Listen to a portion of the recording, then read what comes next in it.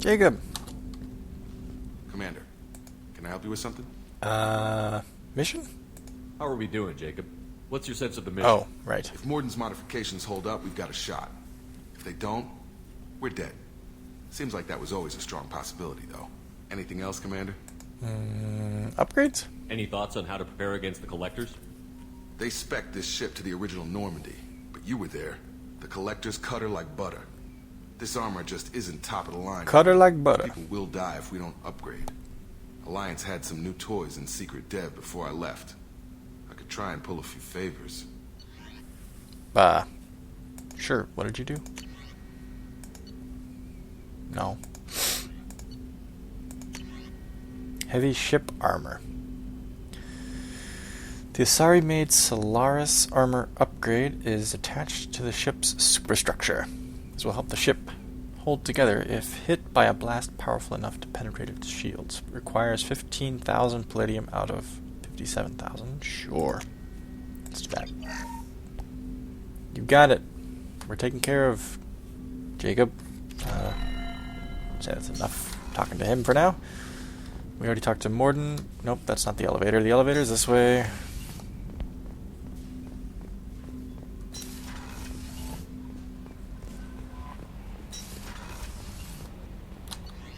Let's go... I don't know if Sayid's gonna have... Oh wait, we have to turn... Have we turned in the FBA couplings yet? I don't think we have.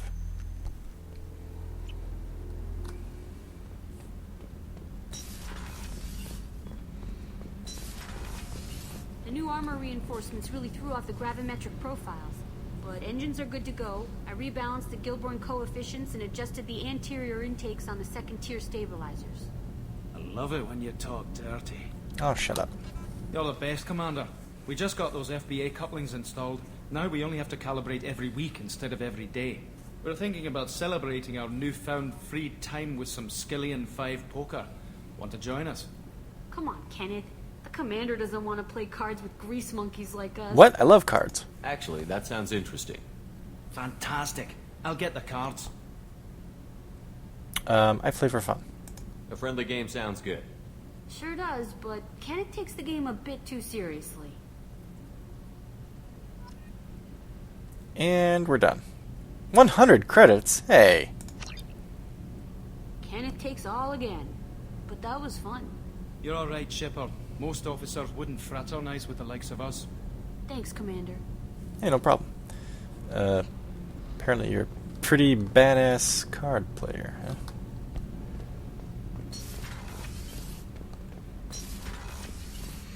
Sayid! Got anything new? Oh, you got some more to say about Jesse? Hey, don't touch. No, That rifle's older than you are. you don't. Call it Jesse. That's my lucky charm. More men have been killed with that gun than died in the Skillian Blitz. The day I laid her to rest was the saddest day of my life. I give up every weapon I own for one more mission with that shitty old rifle. For some reason I thought he said different things. This mission takes me back. Get a knife stuck in the right way, and you can pull Yeah, that here we go. blade right off a Krogan's head. It's the best way to get a Krogan to talk. The threat of it drives them mad. You are a nasty man. Me and a buddy were hired to take out this one guy, Mantis, I think. Hell, I forget. Turns out it was a trap. We got jumped by a hit squad. 2 Batarians, a Krogan, and a Hanar. Damn jellyfish nearly choked me to death. Wore a neck brace for weeks to cover that up. Haven't underestimated a Hanar since. I should let you go. Talk more later, Shepard. Got it, Sayid. He's got some awesome war stories, does Sayid?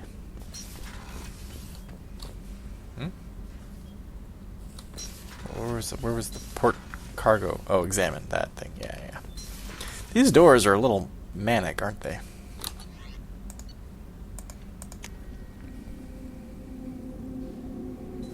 Miranda and Garrus we gotta talk to on this level.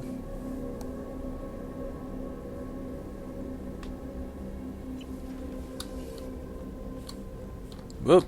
Watch out for the wall there, Shep.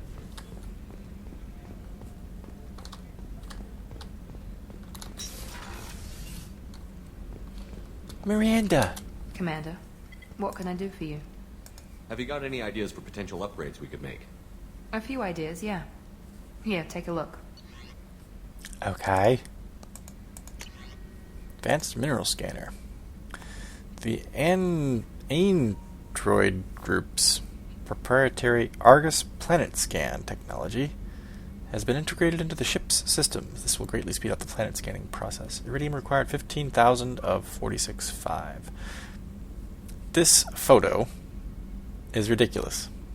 If the Normandy was flying so close to the planet that its shadow is that big, this is like literally, we'd be like 80 feet off the planet's surface. Yet there's craters that are clearly like we're clearly in orbit, you know, but our shadow looks like we're right, like we're a hoverboard basically. Silly.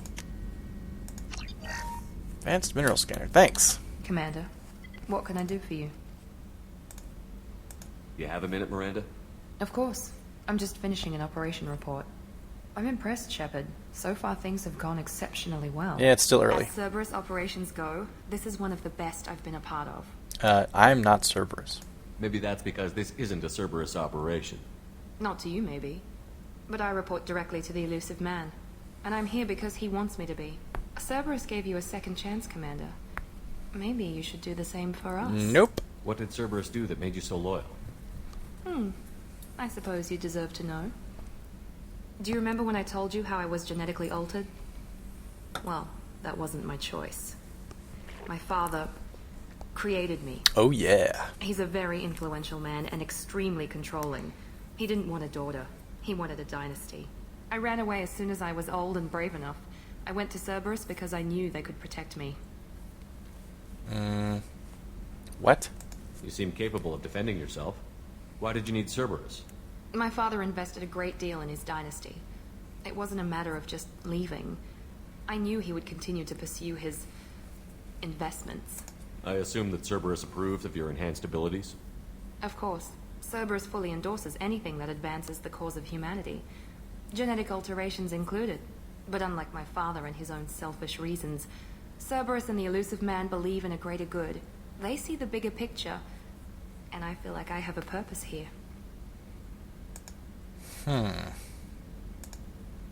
Yeah, you're better than Cerberus. You don't need them. You talk about yourself like you're just a tool to be used. By your father? By Cerberus? Maybe. I like to know where I fit in the world.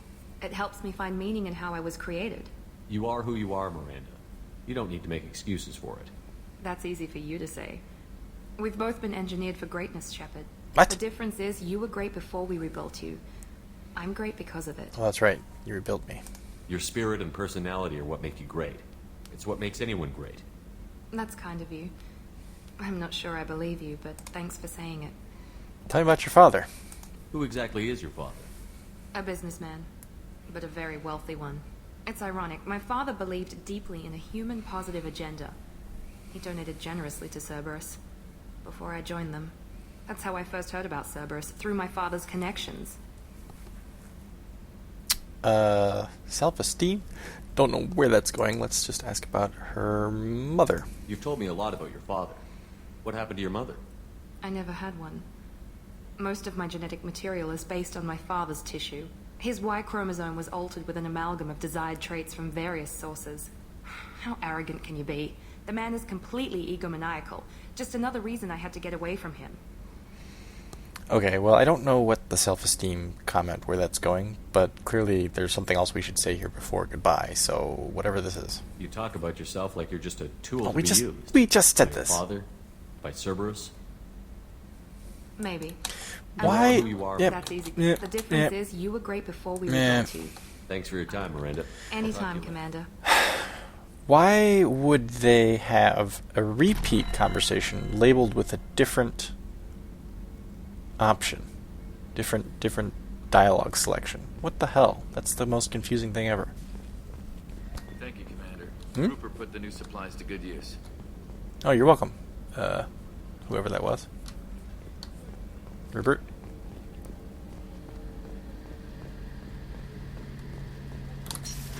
Check on our best friend.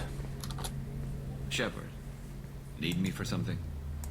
Have you got any upgrade ideas for the Normandy's weapon systems? A few, yeah. Here, take a look. Thanks. Right. Oh. Need more platinum. Phoenix cannon. Sounds awesome. Let me know when you've got the materials for me to upgrade our guns. Yeah, of course. You want to talk? Have you got a minute? Can it wait for a bit? I'm in the middle No! of calibration. Calibrations! Talk to you later, Garrus. I'll be here if you need me. First of many calibration comments. Alright, well, that takes care of that. That's all the conversations we can have, I think. To the bridge!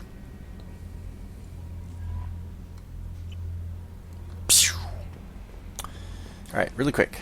Let's check the... Oh, squad. Oh, right. Should I use 2 points now, or should I save them for charge level 4? 550 experience points to the next level. I feel like that's pretty close. Maybe I'll just save it.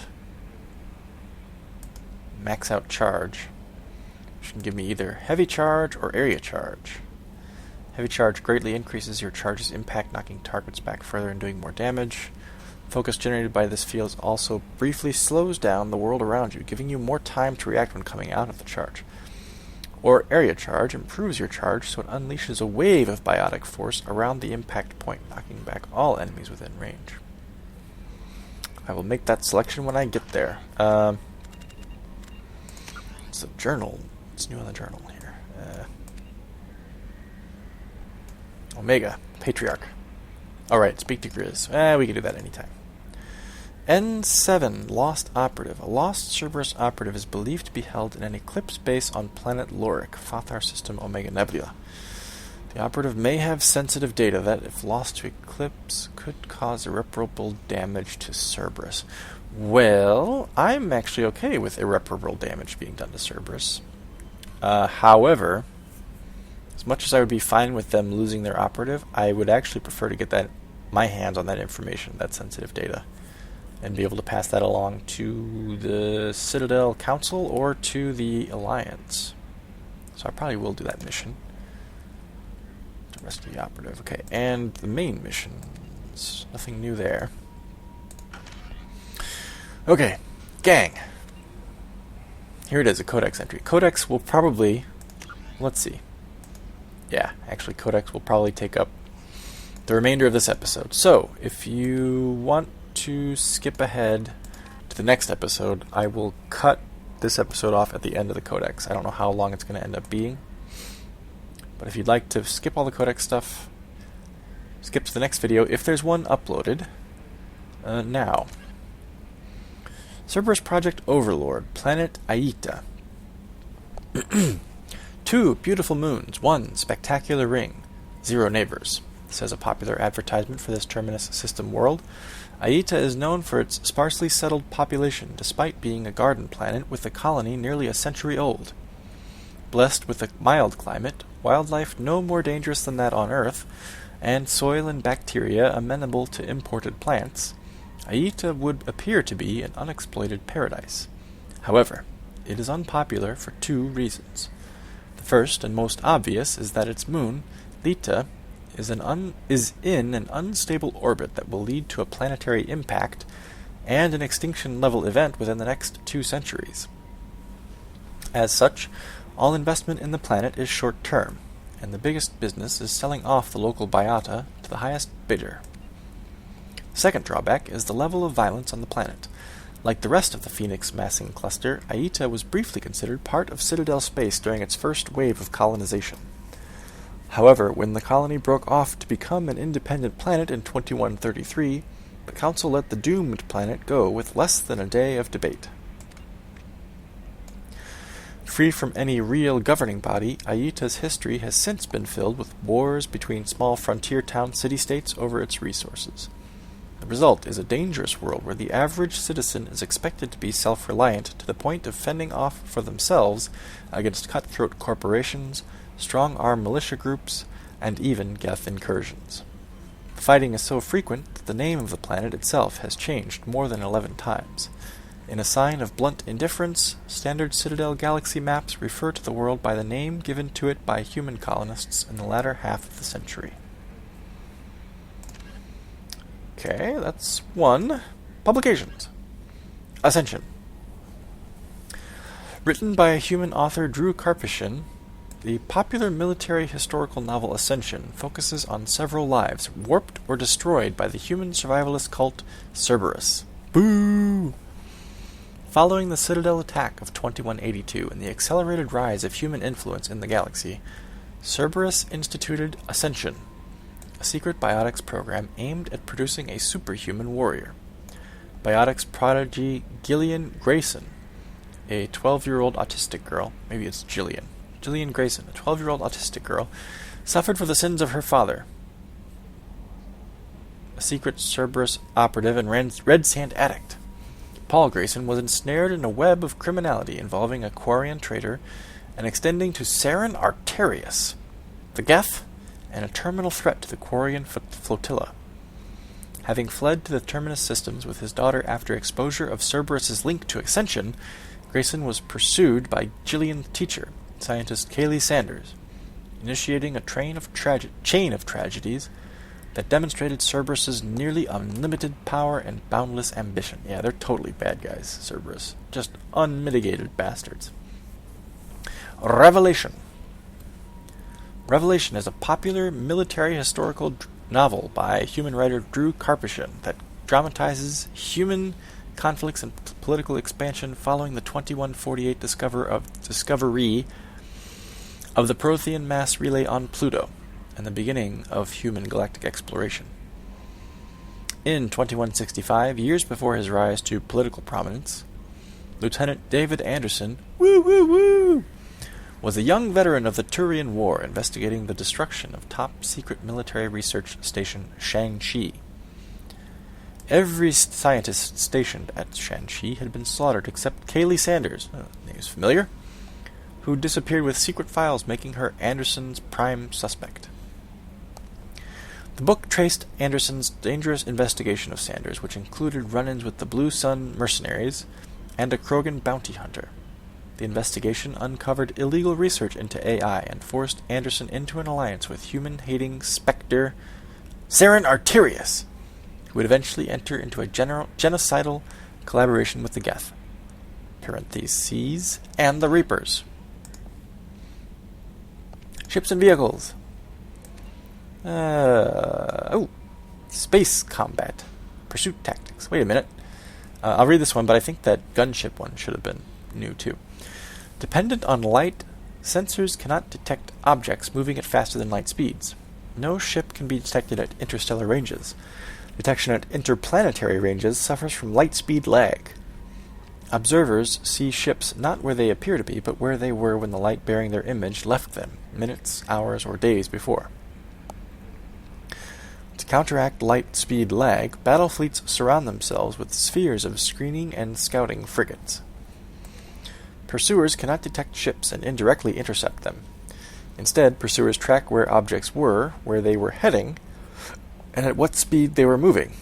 Such data reliably predicts an object's future location for pursuit along its light-lagged wake. Ships trying to evade pursuit follow erratic zigzag courses requiring pursuers to make stops to update their projections. That's cool. Very, very thoughtful, the zigzag escape route. The light lag reminds me, in the Star Trek universe, there is a combat maneuver known as the Picard maneuver, named after Captain Jean-Luc Picard of the Star Trek Enterprise D. Nerding out there for a moment. Anyway, in the Picard maneuver, what you do is you are approaching the enemy ship at sublight speeds, and then very, very briefly you warp to, I don't know what warp you move to, but you move faster than light for a brief second, so that on the enemy's screen, their monitor, whatever it is that they're using to track your ship actually appears in two places at once. Because when you moved at faster than light speed, suddenly your ship is in a new place. The light that's reaching the enemy's sensors is reaching their sensors the same time as the light from the original position of your ship. So for a moment on their sensors, it looks like there are two of your ships. And you use that as a diversion, essentially, and attack the enemy as soon as you pop out of warp in your new position. It's called the Picard maneuver. And it's a cool, faster than light kind of attack. Alright, back to A61 Mantis gunship, because I'm pretty sure we didn't read this. The workhorse of mercenary bands throughout the galaxy, the Mantis is a two-man vectored thrust aircraft that excels in close air support roles. Highly modular in construction, the Mantis can be reconfigured as a low-altitude gunship, a fighter, a high-altitude bomber, or even a single stage-to-orbit spaceplane that can engage enemy craft around a planet or space station. The only role that the Mantis cannot perform is that of a true deep space fighter, as it has no FTL drive. First rolled off the assembly lines in 2170, the Mantis remains in service in dozens of armies across the galaxy. It is most commonly used as air support in pitched ground battles in a configuration that sports two pods for Inferno PKRs, precision kill rockets, and a chin-mounted M350 mass accelerator cannon. Its kinetic barriers, thermal decoy system, and electronic countermeasures suite make the Mantis far less vulnerable to surface-to-air attacks than previous generations of aircraft. Like most modern planes, the Mantis uses an Element 0 core to ease the load of the engines with a mass effect field, allowing it to take off vertically or hover in place using minimum fuel. This also gives it far greater range and speed than the helicopters and jump jet aircraft that once filled its niche. A Mantis can take off from Baton Rouge, reach Moscow in a few hours, fly a ground attack mission, and return home before having to refuel. Holy crap! That's amazing. Why would you be stationed in Baton Rouge? I have no idea. Starships, dreadnoughts.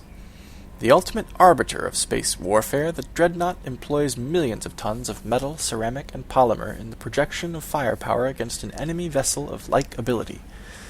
No sane commander would face a dreadnought without a dreadnought of his or her own. A dreadnought's power, I'm pretty sure we read this way back in the original Mass Effect. Maybe this is new. Terrestrial mountains. No, it's not.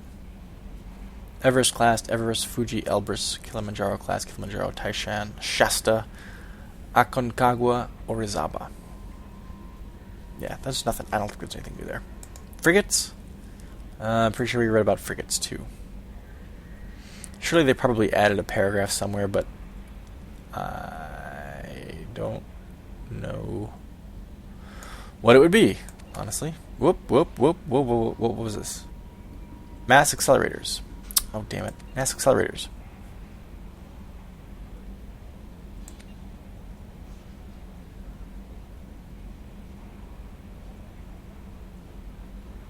This I think is new. Mass accelerators propel solid metal slugs via electromagnetic attraction and repulsion. A slug lightened by a mass effect field can be accelerated to extremely high speeds, permitting previously unattainable projectile velocities. The primary determinant of a mass accelerator's destructive power is length. Yeah. The longer the barrel, the longer the slug can be accelerated. The higher the slug's final velocity, and therefore the greater its kinetic impact. Wait a minute.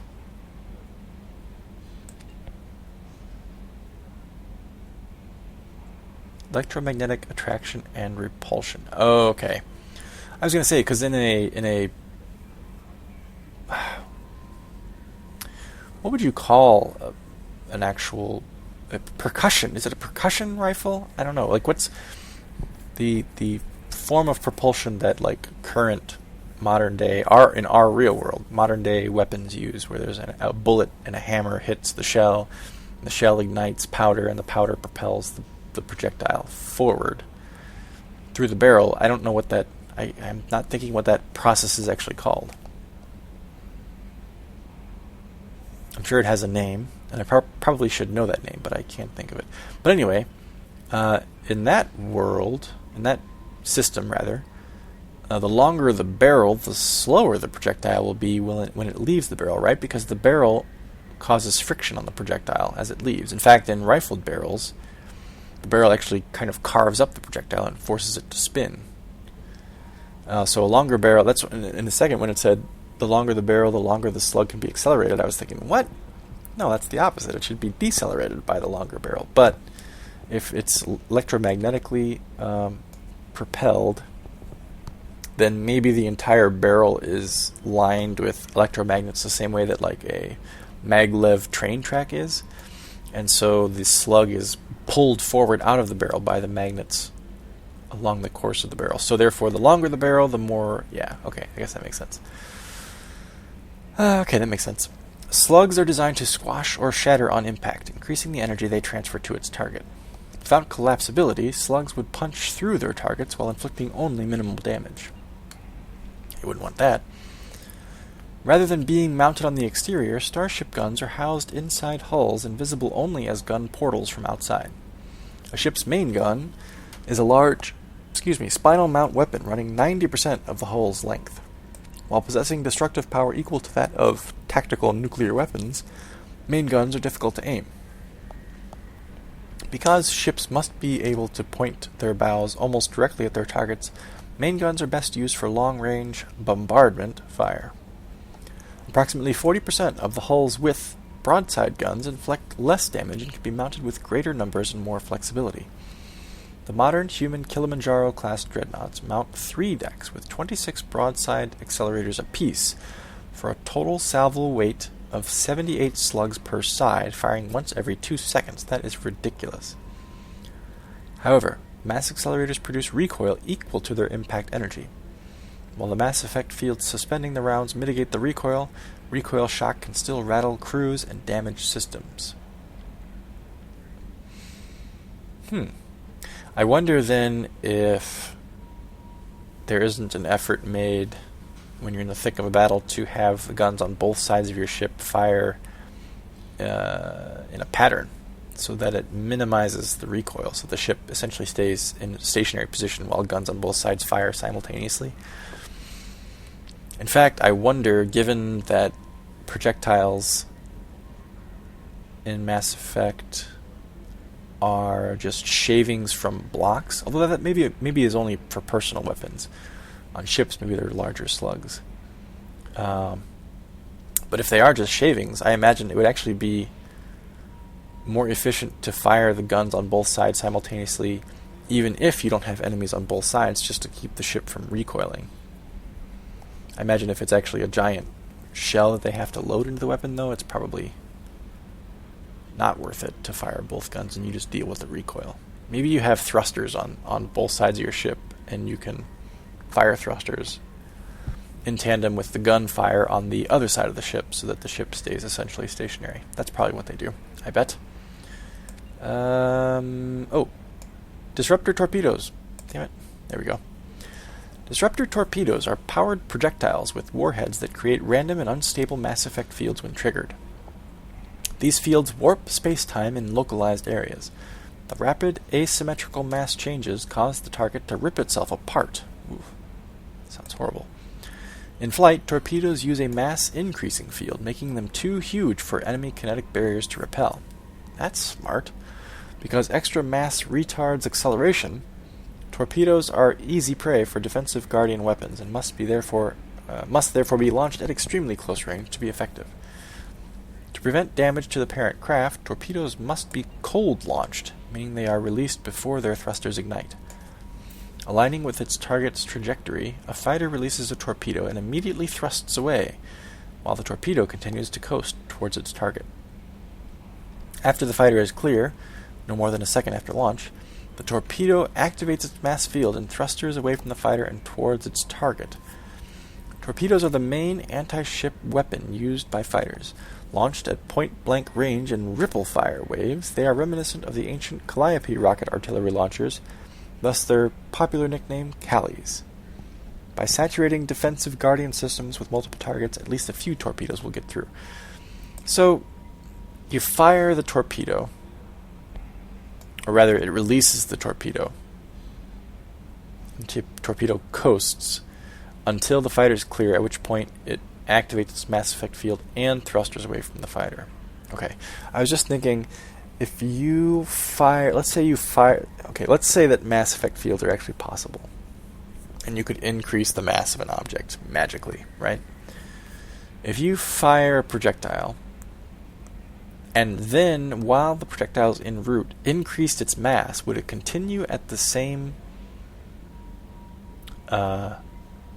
velocity, or would its velocity drop because its mass increased? Because if it continued at the same velocity, that'd be a crazy way to cheat the system. You could fire something that weighed like an ounce, and if it had its own mass effect field generator, after you could fire it at theoretically nearly light speed, for instance, and then after it was fired, you could increase its mass with its mass effect field to something ridiculous. And then if it continued to travel at the same speed, that's got to be how it works, right? Because ships move that way. You can have a ship on normal thrusters, and then you can hit the mass effect field. I don't know. That decreases its mass, though, when they're moving at faster than light speeds. I don't know. I wonder. Yeah, I guess I'm curious whether the mass effect field initiation... Obviously, it increases the mass of the slug, or the torpedo, rather. But does it then correspondingly slow down the velocity, or does the velocity stay the same? I don't know.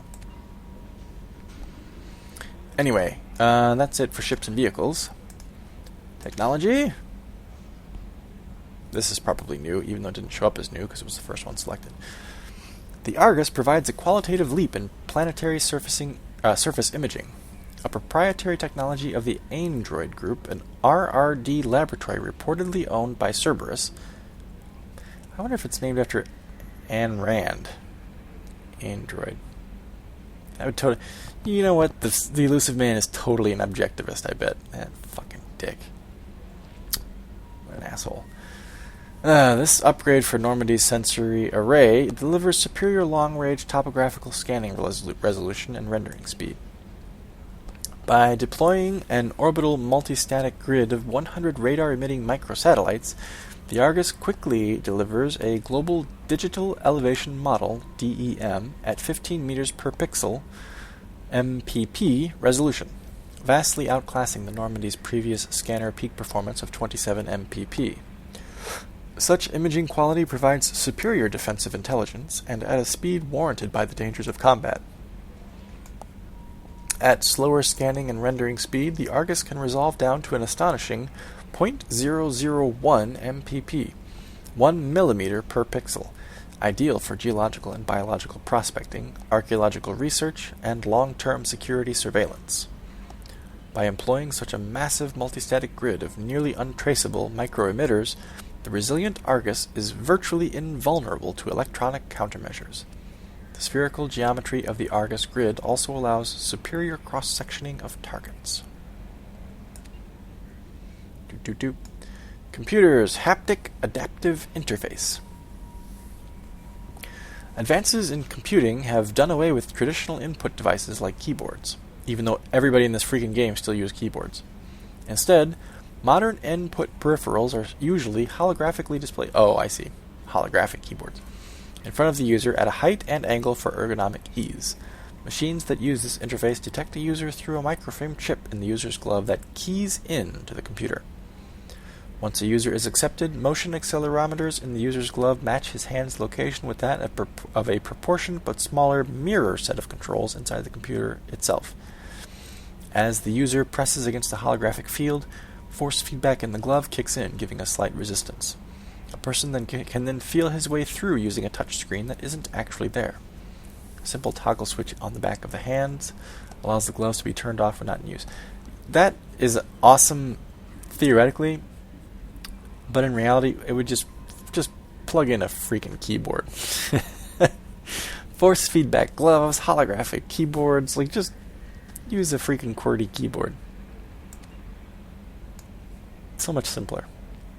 The only time that this will happen in our real universe is if some eccentric quadrillionaire is like king of some huge planet. It's just like he's like Elon Musk of 2170 or something like that, where he's like, I'm going to create a holographic computer system, even though we don't actually need one, and it's going to be awesome. You're going to wear these gloves, and it'd be like, oh sweet. But then people would still just use freaking keyboards because it's just easier, and it does the exact same thing.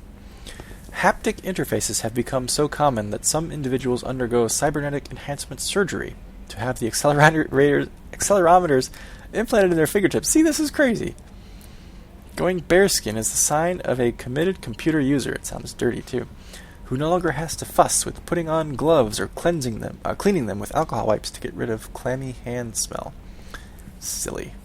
That is the closest, I think, that this codex has come to just being an absolute joke. Master Thief, Kasumi's Secrets. Gray boxes. Mnemonic Neural Recall Stimulator, also known as a gray box, is a device implanted in the brain to assist and prioritize memory. Originally developed to slow the progression of Alzheimer's disease, gray boxes function by helping the amygdala chunk incoming stimuli into recognizable pieces for memory consolidation. Each memory is assigned a shape or sensation from other memories, tying the concepts together into a block that is more easily recalled. When Synthetic Insights first released them onto the market in 2140, gray boxes were hailed as a way humans could level the playing field between themselves and the Solarians, whose natural eidetic memories gave them an advantage. However, because the implant procedure of a gray box requires the brain to irreversibly shift its workload over to the machine, software bugs or attempted removal of the gray box for maintenance purposes could lead to incapacitating brain damage. For this reason, gray boxes soon became used only by those with a dire need for photographic memories, such as researchers and spies. In 2175, sale and implantation of gray boxes were outlawed by the Systems Alliance following an incident with Abraham Rumoy, an employee of the Alliance Intelligence Agency. Rumoy was believed to be a professional con man and thief named Keiji Okuda, who accessed and sold classified data. However, prosecuting attorneys were unable to use his assisted memories as evidence due to the Alliance court system's prohibitions against self-incrimination, based on the Fifth Amendment of the old U.S. Constitution. That's the best amendment, by the way. Rumoy soon disappeared off the map following his trial, further heightening suspicions that he was Okuda and living off of ill-gotten gains. When found outside a human head, gray boxes are usually accessed with a specialized reader. A separate decryption key is almost always required, as users with data sensitive enough to require a gray box invariably install their own encryption. Planet Beckenstein. Let me take a drink here really quick. I thirst.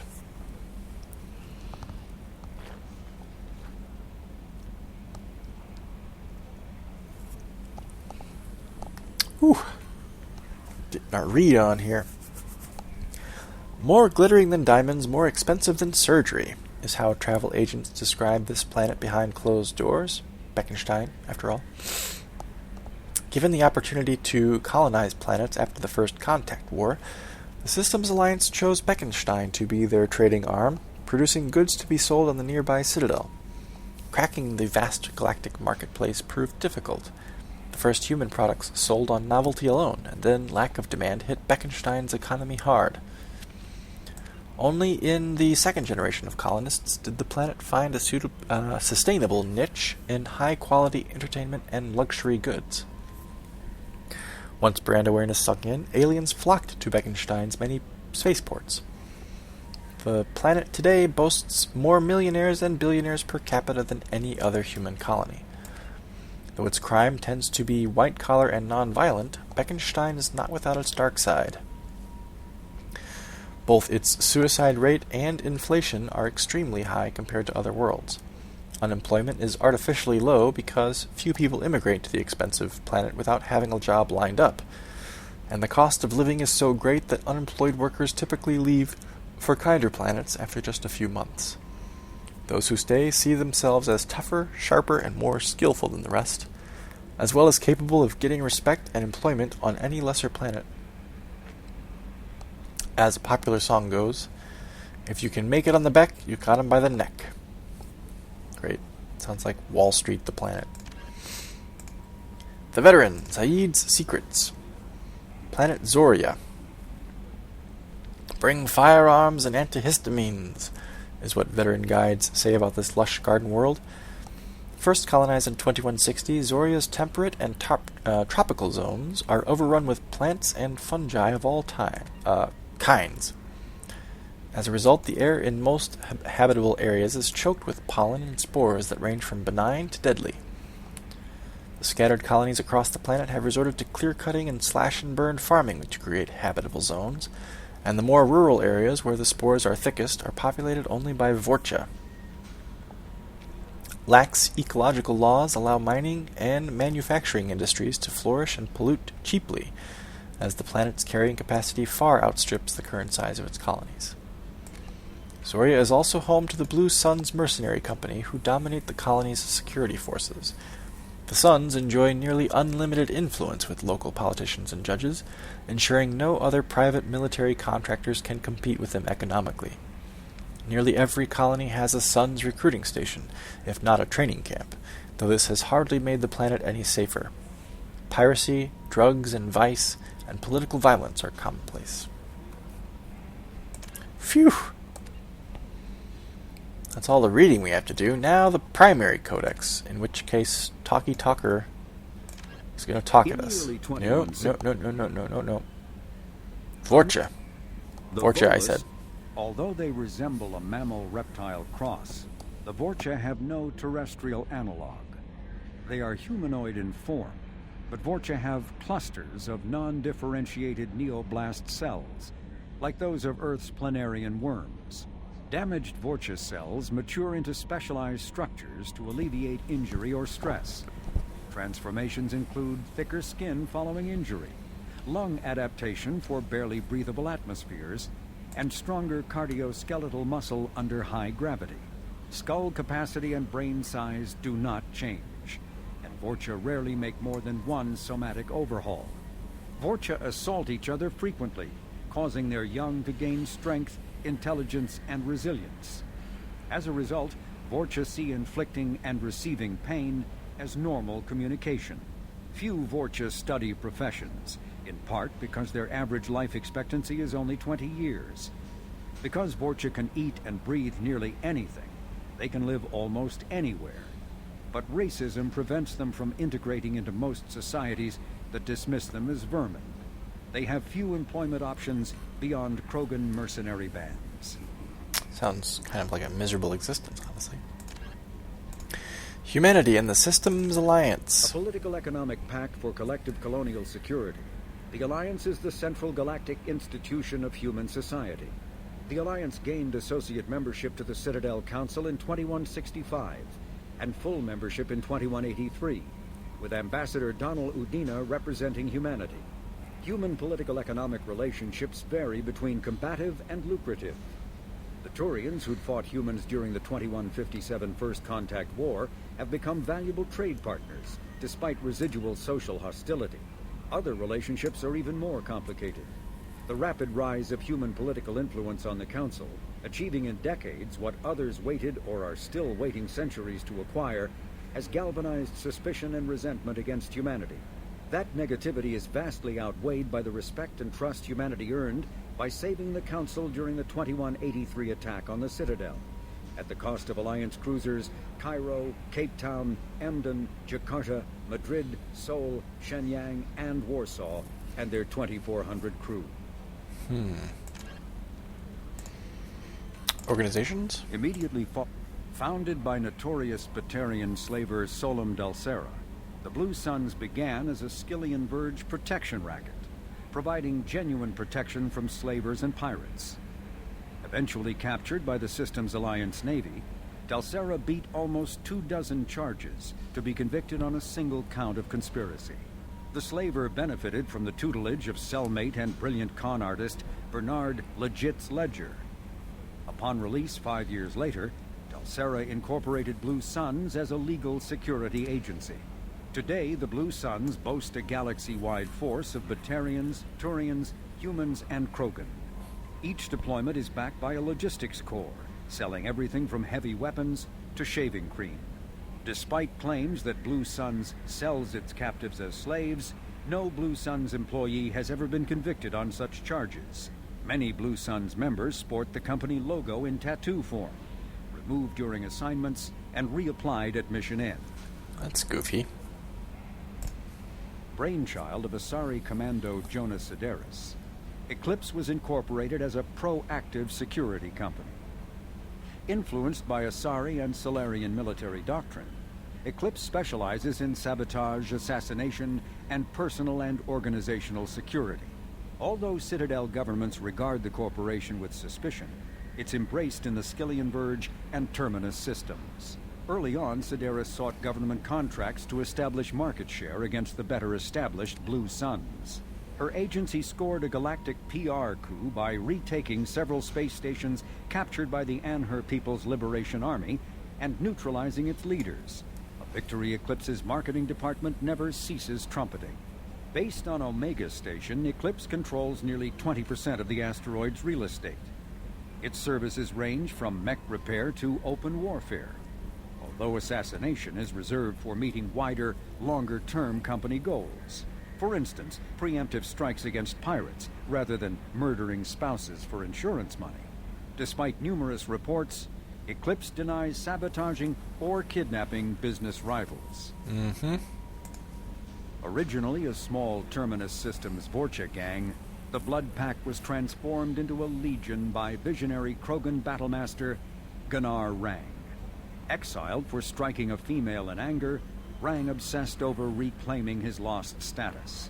Leading the Vorcha Pack as a pirate crew, Rang cultivated recruits and infamy for a decade before incorporating his fighters as a security company across the Skillian Verge. His notoriety ensured his initial public offering for investors made him rich beyond most Krogan's dreams. Rang returned triumphantly to his clan, rallying elders, Krogan hordes, and their firepower and biotic support toward professional violence in the Terminus systems. Banned from Citadel space, the Blood Pact bribes its way through spaceports into armed conflicts across the galaxy.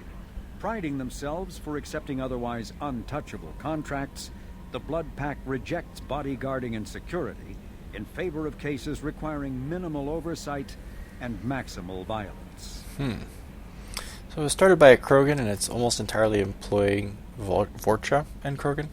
Why is there a human skull? Unless they're saying, like, we kill humans. Scumbags. Originally an asteroid rich in element zero, Omega was briefly mined by the Protheans, who eventually abandoned it due to its thick, impenetrable crust. Thousands of years later, nature did what even the Protheans could not.